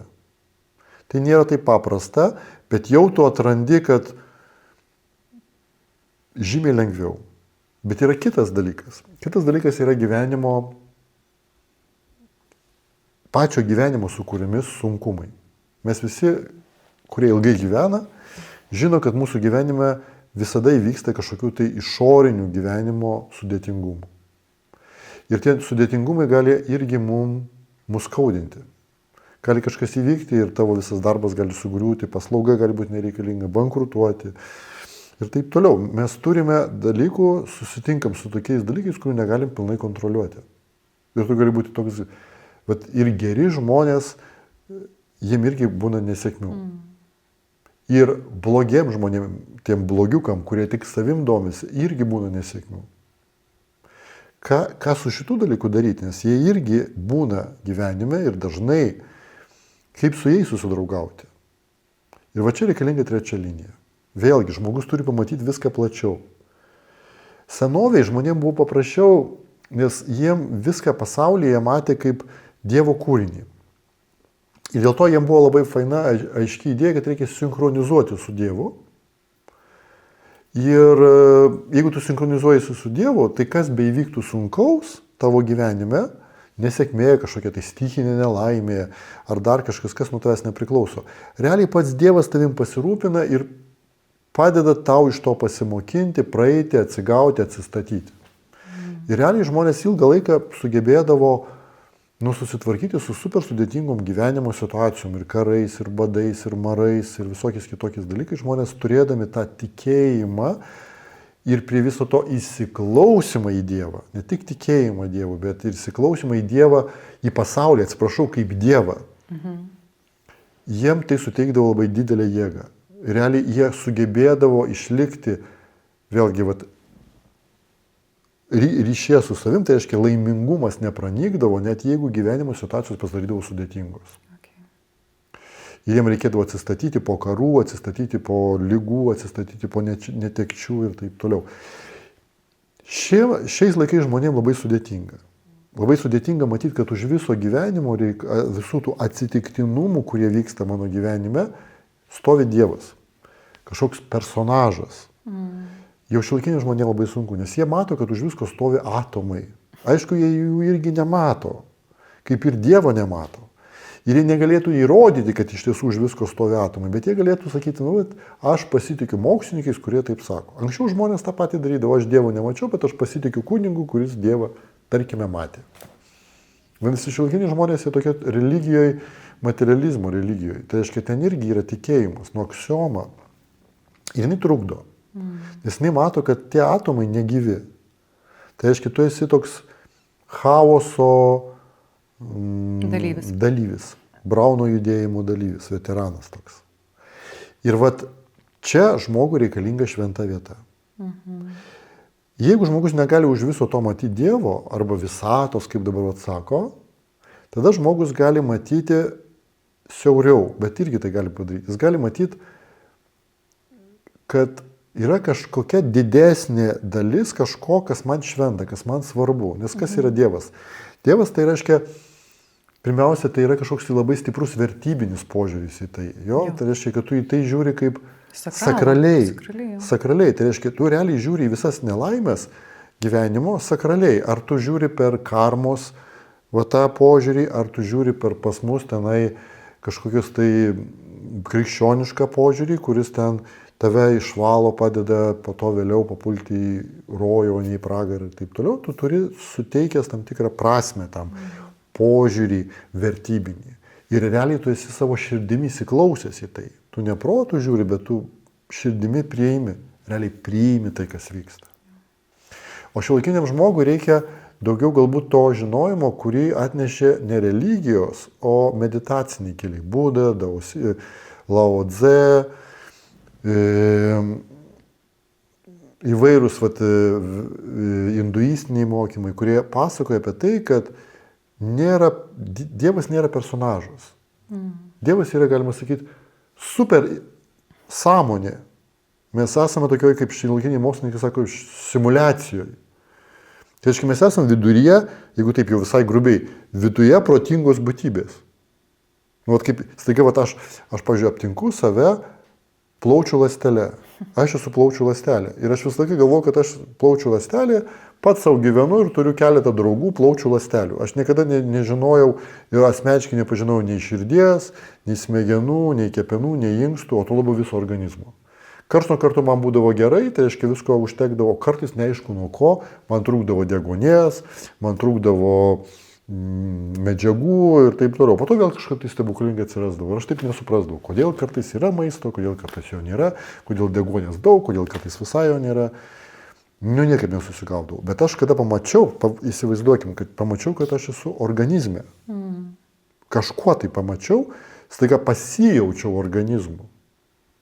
Ir tada aš supratau, kad yra organizmas. Ir tas organizmas, aš gyvenu viduj didelio organizmo. Ir tas organizmas rūpinasi, jeigu aš darau savo misiją, savo dharmą. Jeigu aš plaučių ląstelė, tai aš tą deguonį įsisavinu, jeigu aš esu kepenų ląstelė, tai aš ten kažką tai kito darau ir taip toliau. Tai taip gali žmogus aptikti, jeigu jis nuramina protą, žiūri į pasaulį, jis aptinka, kad tu randiesi dideliai, viskas susiję, ir tu esi dideliai, kaip čia pasakyti, besiorganizuojančioj ir besikūrenčioj sistemai. Prieš 13,9 milijardo metų buvo chaoso sprogimas ir viskas atsitiktinai tarsi juda, bet iš tiesų kūrėsi. Viskas vyksta atsitiktinai, o susikūrė nuostabus meno kūriniai, raketos, lėktuvai, kompiuteriai, viskas susikūrė iš atsitiktinio purtimo. Gal tai neatsitiktinis dalykas. Ir žmonės pradeda jausti iš tiesų, kad viskas susiję ir viskas vyksta pagal tam tikrą dėsnį. Ir vieni žmonės gali visą tai matyti visame kame, gamtoje, visuomenėje ir taip toliau. Ir jiems labai šventa vieta tada sąmonė. O kiti žmonės gali matyti labai siaurai. Jie gali matyti, kad jie gyvena, kažkokiai priklauso bendruomeniai. Pavyzdžiui, aš esu ūkininkas ir aš priklausau Lietuvos ūkininkų bendruomeniai. Arba aš esu moteris ir man labai svarbu gerbuvis moteriškos bendrijos šitoj šaly. Tuo metu tu priimi kaip tą didesnį organizmą. Jo, aš esu tokiam organizme. Aš esu moterų judėjimo dalyvė. Jo, vadinasi, ten ginu moterų teises ir rūpinuosi, kad visom moterim Lietuvoje, arba netgi kai kurios visam pasaulyje būtų gera gyventi. Ir aš jaučiuosi šito organizmo dalimi. Ir to organizmo dalim, kuria tu jautiesi, tai ir yra savo šventa vieta. Tada mes atsisakom to keisto žodžio Dievas ir tiesiog šventa, tau sakrali. Tavo organizmas. Tavo, jo. Arba žmogus tenai, nežinau, žaidžia krepšinį vardan tos Lietuvos. Ir jam Lietuva ir yra tas organizmas, kuriame aš randuosi ir mano misija žaisti krepšinį, arba mano misija remti krepšinio judėjimą Lietuvoje. Arba ten aš tiesiog jaučiuosi, kad aš padedu lietuviams sveikai maitintis. Ir tada aš atidarinėjau restoranų sveiko maisto ir aš jaučiuosi Lietuvos dalim ir aš rūpinuosi, kad Lietuvoje būtų tas sveiko maisto judėjimas ir taip toliau. Ir tada žmogus įgauna labai gilią prasme ir tada, net jeigu kažkokios nesėkmės vyksta, tu gali jas priimti ir atrandi prasme, kodėl su joms susitvarkyti. Jo. Net jeigu gerai restoranai Lietuvoje nieks nevaikšto tus restoranus, tu uždarai savo tą restoraną. Bet tada tu pradedi kažkokią kitą veiklą, tu pradedi kažkokius papildus atvežinėti, per internetą pardavinėti, skaityti paskaitas, pasakoti žmonėms ir taip toliau. Tu prisidedi toliau prie to judėjimo ir žymiai lengviau atsistatai. Vadinasi, kada žmogus turi šventą vietą, ne tik dėl savęs, dėl žmonių, bet dar šventą vietą, jisai žymiai turi didesnę dvasinę jėgą, vidinę, pavadinkime jėgą, atsistatyti po sunkumų. Ir pagrindinę užduotį sugeba išlaikyti tą ryšį su savim, viduje esančiu laimingumu, net jeigu sudėtingos situacijos ir net jeigu labai sėkmingos situacijos. Kartais žmonės antiek užsihaipina, kad užmiršta sėkmės viršūnį, užmiršta tą laimės jausmą ir po to jį praranda. Dėl to tu įgauni tokį atsparumą išoriniam aplinkybėm ir tu vis tiek jauti vidinę gilę prasme, dėl ko tu tą darai. Dėl to, jeigu žmogus atranda šitus dalykus, jisai savo veikloje atranda, kaip jisai savo padeda. Tai aiškiai padeda, ne savo padėti, tai yra realizacija sukurti, kad tu realizuotum save ir kad tu gautum tuos rezultatus, kurie tau reikalingi. Pas skirtingų žmonės skirtingi. Dėl žmonių tu padedi žmonėms, kad jie bent jau mažiau skausmo jaustų. Negali jų padaryti laimingais, bet kažkokioj vietoj sumažini jų skausmą. Ir tu turi šventą vietą. Jeigu šitie trys dalykai susijungia, tada tu staiga aptinki ryšį su savim. Tas atsiranda visumos efektas. Ir laimės jausmas, jau net ne jausmas, ir nebūsena, o tavo tikroji prigimtis pradeda reikštis. Ir tada gaunasi ypatingas, nuostabus dalykas. Žmogus tampa sąmoningų veikloje. Ir tai yra visai kita kokybė. Realiai ta kokybė, jinai persiduoda žmonėm, jinai užkrečiama, jis užkrečia kitus žmonės po to sąmoningumu.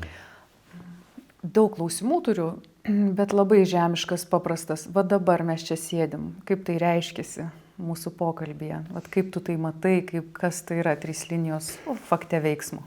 Jo, tai va, netgi šičia, va, pavyzdžiui, aš kalbu ir pirmiausia, akivaizdu, kad aš vis tiek ieškau, mes kartu kalbamės, ieškom tų formuluočių, ieškom kažkokio būdo apie tai papasakoti, kad tai padėtų žmonėms.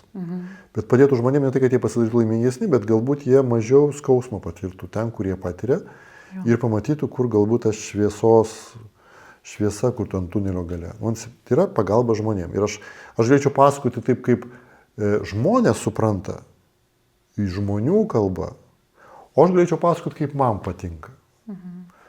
Ir tada aš kalbėčiau labai sudėtingai, arogantiškai, intelektualiai, žmonėms galbūt iš to naudos nebūtų. Dėl to aš renku savo kalbėjimą taip, kad žmonėms surezonuotų jų kalba. Vadinasi, čia mano dalis dėmesio. Sekantis dalykas. Aš dar čia papildysiu, jeigu galima, tiesiog galbūt žiūrovam įdomu, kad tu visada ir mane prisimeni. Mes ruošiantis su podcastam visą laiką turim su Rimvydu pokalbį, kur vienas iš pirmųjų klausimų Rimvydo man būna, o ko tu gyveni, kokios tavo temos? Ir dažniausiai ir būna podcasto temos į tą pusę, kartu ir žmonėm, kad būtų įdomu. Taip, dėl to aš skaitau ir temas Marijos, dėl to aš savo formuluotėse tai formuluoju, kad tai būtų ir jai kažkokia vietoje atsakymai, ir tiems žmonėms, jums, kurie žiūrite šitą. Antra linija tokia. Vadinasi, vienas dalykas. Antras dalykas, dėl savęs. Aš pasakoju iš tiesų tokius dalykus, kurie man teikia realizacijos jausmą. Aš 30 metų vedu mokymus ir aš žinau, kad tam tikrus dalykus, kuriuos aš pasakoju, jie man neteikia realizacijos jausmą. Aš kažką tai vedžiau lyderystės mokymus, pardavimų mokymus ir taip toliau, aš buvau absoliučiai nelaimingas. Dėl to, kad tai ne mano realizacija. Mano realizacija pasakoti apie sąmoningumą, apie pilnatvę gyvenimo. Nes kad aš galiu apie tai pasakoti, aš jaučiuosi, kad aš savo vietoj. Vat mano kaip pirštų antspaudo viskas panaudota.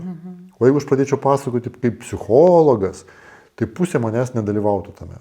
Ir dar irgi galėčiau papildyti, nes aš vis tiek matau, kaip tu renkiesi, kur eiti kalbėti, kur ne, kad vis dėlto net ir kokia situacija, kokia konsteliacija, ar ten įmanoma tau bus išlikti savo tiesoje. Taip. Nes būna žmonės ten tave kviečia į kokią konferenciją ar kažkokius pokalbius ir tu, žinodamas tą kontekstą, kartais atsisakai. Taip. Nes ten tavęs nereiktų. Aš žymiai dažniau netgi atsisakau, negu nueinu.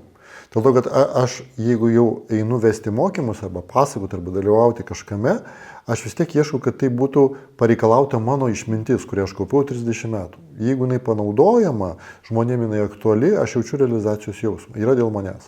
O jeigu yra tik dėl to, kad jie moka didelius pinigus, aš turiu tai papasakoti, arba peržiūros didelės, tai aš tada nusižengiu pirmai linijai, ne dėl savęs. Ir tada aš darau dėl to, kad reikia. Ir tada gaunasi, aš pradedu praradinėti pirmą tą liniją. Dėl to šita linija yra man absoliučiai įdomu tai, ką aš pasakoju ir teikia realizacijos jausmą. Ir šita tema man labai įdomi ir noras pasidalinti. Vadinasi, 2 linijos jau yra. Ir 3 linija yra šventa vieta. Kas yra man šventa vieta? O ta šventa vieta tai yra taip, kaip aš jaučiuosi, ką aš esu integruotas. Ir pirmas dalykas, kuris labai konkretus man yra, aš esu integruotas į grupę žmonių, iš kurių aš mokinausi. Mano didysis dėkingumas yra žmonėms, kurie man perdavė šitą žinojimą. Čia kaip vaikai, jie perduoda savo meilę vaikams tokią, kokią jiem perdavė tėvai. Dėl to aš esu toks, galima sakyti, tradicijų perdavinėtojas. Tai reiškia, tam tikri žmonės, meistrai, iš kurių aš mokinausi, jie dalinosi savo meistrų žinojimu, o tie meistrai savo meistrų žinojimu, apie šitą išmintį. Ir tas žinojimas, išminties žinojimas, jisai perduodama žmonėm. Ir aš jaučiu begalinį susietumą su šita vieta. Tai reiškia, tai yra ta žinutė, kurią perdavinėjo mano mokytojai, mano meistrai, mano meistrams perdavinėjo jų meistrai. Ta žinutė yra labai paprasta, kad žmogus gali būti pilnatvėje, ryšyje su Dievu, viduje šiuolaikinio gyvenimo. Neatsisakant nei darbų, nei karjeros, nei santykių, nei sekso, nei triukšmingo gyvenimo mieste, nieko neatsisakant. Taip yra tradicijos, kurios pasako, kad reikia visą tai palikti ir išeiti į specialias vietas, ašramus, vienuolynus ir ten atradinėti tą pilnatvę ir ten ir būti, nes ten tą pilnatvę ir gyvena. Ir tada teikti ritualinės paslaugas žmonėms. O aš buvau mokomas, kaip medituoti gyvenime. Ir vat man čia yra labai sakrali vieta šitą žinutę ir aš jaučiu, kad jin labai reikalinga ir žmonėms ir taip toliau. Ir ta žinutė rodo, kad Dievas, jeigu kalbėti, kas yra Dievas, Dievas ir yra visata. Visas gyvenimas. Nėra žmogaus, nėra veido kažkokio, nėra personažo. Yra visas gyvenimas, kuris vyksta, yra absoliučiai sąmoninga, besiorganizuojanti kažkas tai. Visuma. Ir tu gali su tuo sinchronizuotis, prisidėti, rasti savo dharmą, rasti savo vietą šitame organizme. Dėl to aš pasakoju būtent tokiomis temomis, tai reiškia, aš perdavinėjau tą išmintį, kurią aš gavau ir išgirdau iš savo mokytojų. Aš perdodu, aišku, įskaitydamas tuos žmonės, kuriems aš šneku, bet aš jaučiu begalinį palaikymą iš tų žmonių. Super. Galbūt kai kurie iš tų meistrų yra numirę ir jų nėra, bet aš jaučiu begalinę dėkingumą, nes šitų žinių dėka aš pabudau nuo to somnabulinio, nesąmoningo gyvenimo, kada tu bėgi ateitį, kur tu būsi laimingas. Aš pabudau ir pamačiau, kad aš jau esu laimingas. Kad tai yra mano prigimtis, mano užduotis dabar tą įnešti į gyvenimą, o ne atrasti. Nereikia ieškoti laimės, reikia laimę įnešinėti į veiklą, į santykius, į kūną, į pokalbius ir taip toliau. Va čia yra kita žinutė. Dėl to man šventa vieta yra, galima sakyti, tam tikra tradicija, kuri turi tą požiūrį į realybę. Dėl to aš galima sakyti, aš nuo realybės veikiu. Jeigu taip aš savo viduje formuluoju, aš jaučiu realybę visatą ir jaučiu, kad visata nori, kad aš tai pasakyčiau. Jeigu taip jau kalbėti abstrakčia tokia kalba. Labai faina, labai ačiū, kad pasidalinai. Man atrodo, kad šitame pasidalinime labai daug tokių išsiskleidė būdų, kaip matyti tą filosofinį visą išskleidimą. Nes jaučiasi, pavyzdžiui, tame, ką tu pasidalinai, pirmiausia, tai, kad tai yra subjektyvu, kas tau yra dėl kitų, kas tau dėl savęs ir kas tau personaliai yra šventa vieta. Taip. Nes kaip ir tu pavadinai, kad dėl kitų, pavyzdžiui, tai per formuluotės tu tai kuri, kad dėl kitų darbą daryti, bet kažkam tai gali būti per tapimą, per grojimą, per dar kažkokį kitą veiksmą. Ne? Taip, slaugimą. Slaugimą. Jie visai kitų būdų savitai gali surasti, kas man yra dėl kitų, kur paliečia mane. Taip. Kaip ir dėl savęs, tu atsirėmi į, kad tau kalbėti būtent specifiniam temom, būtent specifiniuose kontekstuose jaučiasi ta realizacija, kuri užkoduota. Ir trečia, tu paminėjai apie tą savo šventą vietą. Tai reiškia irgi tai yra subjektyvu, personalinis toks pasirinkimas, kaip ir, bet ir ne iki galo pasirinkimas, o kaip įvykis kažkoks vidinis tarsi, kuris tą lemia. Tai labai faina, labai ačiū, kad pasidalinai. Man atrodo, daugam gali būti tokių įdomių. Tada ir savo paralelių. Taip, nes tu labai teisingai pavadinai, kad tai yra subjektyvu. Tai reiškia, kad tai yra tavo personalinė subjektyvi tiesa. Kad dėl manęs tai yra tai, dėl žmonių yra tai, ir dėl šventosių, kad šventa vieta yra tai, ir dėl jos darymus yra tai. Tai yra tokia subjektyvi tiesa, o mes visą galvom, kad turi kažkokia objektyvi tiesa, pas visus vienoda ir taip toliau. Ne. Nei tiksluose, nei realizacijos automatu ne, bet tau autentiškai. Tu turi atrasti. Dėl to tą subjektyvę tiesą, tą insightą vadinamą, tu turi atrasti. Dėl to dalis mano veikloje veikimo yra nuolatinis ieškojimas atsakymų. O kas tai yra ką ta veikla duoda dėl manęs, dėl žmonių, dėl šventos vietos. Tu visada su tuo klausimu būni ir gauni tos insightus. Ir kartais praeina 3 metai ir tu vėl iš naujo turi savo atsakyti. Super, ir čia mes galim grįžti prie pačios pokalbio pradžios, kuomet tu pačioje pradžioje paminėjai, kad labai gerai, kai žmogus atsiduria į tašką, kada pamato, kad neveikia tie scenarijai, ar ne? Ir tu tada minėjai, kad reikia ieškoti, o kas veikia. Tai turbūt va čia tai yra, ar ne? Taip. Kad į tuos klausimus tada metas atsakinėti. Taip. Dėl to žmogaus gyvenimas yra gyvas. Tai reiškia, o visa, kas gyva, nėra tiesinė sistema, kad vis geriau. Viskas karts nuo karto patiria krizės ir vėl persiorientuoja. Ir vyksta persistruktūruoja. Ir susikuria nauja visuma. Jo. Kaip tenai medis, po to sužydi, o po to atsiranda vaisiai pavirsta, subręsta, po to jie nukrenta, pavirsta sėkla ir vėl medis. Tai prasme, yra daug procesų. Ir sėkla, ir medis tai yra du skirtingi reiškiniai. Arba ten žiedas ir obuolys, žydintis, obels, tai yra du skirtingi reiškiniai. Taip pat žmogų lygiai taip pat. Ja. Ir šitie klausimai, apie kuriuos mes šnekam, galbūt žmogui, kai kurie labai neaktualūs, dėl to, kad ir taip viskas gerai gyvenime, tarkim darbe. Bet būna momentų, ir dažnai taip ir ateina, kad staiga tu jauti, kad išsėmė tam tikrą temą. Nes mes žmonės ilgai gyvenam, kaip aš jau minėjau, mes išsėmėm daug temų. Ir labai svarbu toliau pradėti naują temą, o ne kartuoti seną temą, kuri tau visiškai negyva. Jo. Ir tada tu labai bandyti didesnį jėgą ar kažkuo. Ir tada žmonės pasidaro negyvi. Labai dažnai žmonės pasidaro negyvi, nes jie neatrado naujos gyvos tiesos, o koks naujas mano etapas, ir pradeda kartoti tą patį. Ir tada būna labai sudėtinga. Žmogui ten gali būti 30 metų, jis jau senas, viską žino, 40 senas. Taip. O gali būti žmonės, iš kuriuo aš mokinausi, kuriem 80 metų, ir jie jauni, gyvi, ir vėl kažkas naujo prasideda. Tai yra tokio laimingo, gyvo, ilgo gyvenimas. Čia yra ta filosofija. Super, labai. Nes jeigu ant kažkokios idėjos pabandyti visą gyvenimą pragyventi, kad turėti daug pinigų ir savo leisti, ką nori vartoti, ant šitos idėjos neįmanoma viso gyvenimo nugyventi. Taigi, mėlyjeji, jeigu šiuo metu byra lapeliai jūsų veiklos žiedų, nenusiminkit, tuoj bus obuoliai. Taip. Tiesiog reikia atrasti 3 linijom atsakymus. Jo, arba jeigu jūs staiga nukritot kažkur aplinkui tamsu ir taip toliau, jūs esat sėkla, po kiek laiko jūs pradiksite. Tiesiog uždavinėkit klausimai. Taip. Koks man dabar etapas? Kas pas mane vyksta? Aš esu sėkla. Nes aš turiu numirti kaip sėkla ir gimti kaip daigelis. Po to nupirkti kaip daigelis, gimti kaip obelis. Ir stebėti, kas toliau bus. Super, nuostabu. Tai Rimdai, galbūt mes jau turbūt į pabaigą iš to pokalbio, ar ne? Ar yra kažką, kad dar norėtum ar pasakyti, ar palinkėti, kažkaip tai suvesti šitą didžiulį pokalbį. Aišku, aš suvesiu taip, kad skaitykit knygą, nes ten daug kas išsamei aprašyta, išskleista, papildyta, Rimvydo istorijų, daug asmeninių.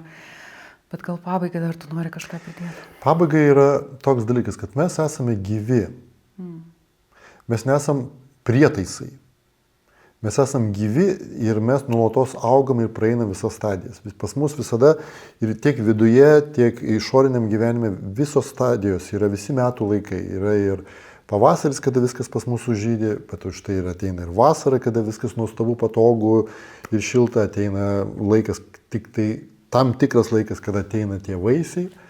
Ir visada ateina laikas, kada viskas numiršta ir atrodo viskas nieko nėra, jokio gyvenimo skonio nėra, bet jeigu tu jį pralauki, vėl ateina pavasaris.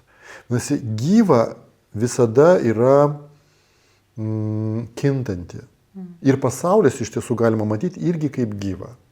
Kaip augantis, besivystantis, įgaunantis vis naujas ir naujas formas.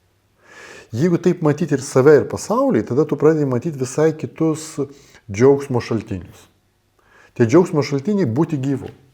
Super. Kaip mano mokytojas sakydavo, būti gyvu ir iki galo būti gyvu. Tai reiškia, ne tiek svarbu, ar ilgai tu gyveni. Jo, svarbu yra, kiek gyvenimo tavo dienoje yra. Ir tas buvimas gyvu ir yra tas pilnatvės jausmas. Nes buvimas gyvu, jis yra pagrindinis džiaugsmo šaltinis. Jeigu mes jį prarandam, tada mums reikia stimuliuoti tai. Mums reikia tada kažkokių tai skanių dalykų, kažkokių tai ypatingų nuotykių ir taip toliau. Bet tie skanūs dalykai, tie nuotykiai baigėsi. O vat buvimas gyvu yra nuolatinis šaltinis. Kad tavo gyvas protas, gyvo jausmai, tavo gyva veikla, gyvos idėjos, tavo santykiai gyvi, tai reiškia jie auga, tavo laisvalaikis gyvas. Ir viskas, kas gyva, visada verčia būti čia ir dabar. Tai reiškia, tu negali prognozuoti, kaip gyvas oras pasikeis. Tu tiesiog būni su to, kas yra. Ir augi į tą pusę, į kurioje auga tavo visas gyvenimas. O tas požiūris, kad viskas yra gyva. Galima žiūrėti budistiškai, kad viskas keičiasi, o galima žiūrėti va čia, kad viskas gyva ir dėl to keičiasi. Tada tas įgauna kažkokį tai daugiau drivo. Tai va, dėl to reikia daryti savo veiklą, kad jinai būtų gyva. Super. Ir tam, kad veikla būtų gyva, tu turi būti gyvas. Ir jeigu tu būsi gyvas gyvoj veikloje, tada natūraliai tu gyvas būsi ir santykiuose. Tik truputį kitaip. Ir viskas susijungs. Va tas gyvumas yra labai svarbus dalykas. Nereikia užmokėti kainos, prarasti gyvumą, tapti mechanišku darbuotoju arba mechanišku ten vaikų aptarnautoju. Nu, žodžiu, tai nėra labai brangi kaina. Žmogus praranda skonį ir spalvas gyvenimo. Dėl to nereikia iš tos kainos užmokėti. Čia svarbiausias dalykas. Jisai tokia investicija, kad aš būčiau gyvas. Ir tada darbą viską taip reikia reguliuoti, kad gyvumo neprarastum. Laisvalaikį reguliuoti, kad gyvumo neprarastum. Dėl to būkit gyvi. Super, nuostabu. Tai labai gražu. Labai ačiū tau, Rimvydai. Ačiū, Marija, kad fainai pakalbinai. Jo, labai ir mes fainai, labai įdomiai išvystėm šitą. Man irgi atrodo, kad daugam gali būti beprotiškai įdomu. Mėlyjei, tai primenu, kad šitose laidose, šitose pokalbiuose mes ieškom, kaip įnešti kuo daugiau išminties į kasdienius gyvenimo uždavinius, tai veiklos uždavinius, santykių uždavinius, bendrai viso gyvenimo uždavinius. Jeigu jums patinka tai, ką mes darom, tai didžiulė pagalba, jeigu pasidalinate, palaikinate, sekate, tiesiog socialiniai tinklai taip veikia, kad tokia pagalba jūsų gali būti didžiausia.